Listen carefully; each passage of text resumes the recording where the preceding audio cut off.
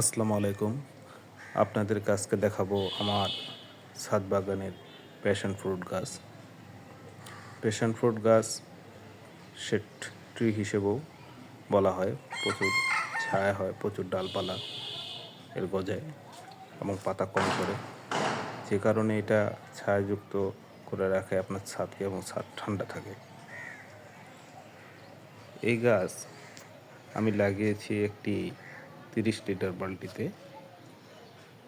যে দেখেন, এটা একটা 30 লিটারের বালতি, যেখানে আমি গার্ডেন সয়েল আগে প্রস্তুত করে রেখেছিলাম, তার সাথে জৈব সার মিশ্রণ করে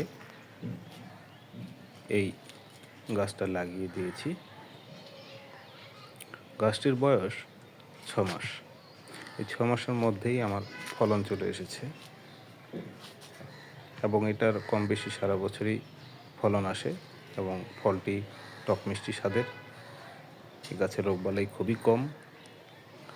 অবশ্যই আপনারা একটি ছাদে প্যাশন ফ্রুট গাছ রাখবেন এবং সেই গাছের নিচে যদি একটি বসার স্থান করে নেন, তাহলে এর সৌন্দর্য আরও খুবই সুন্দরভাবে উপভোগ করতে পারবেন।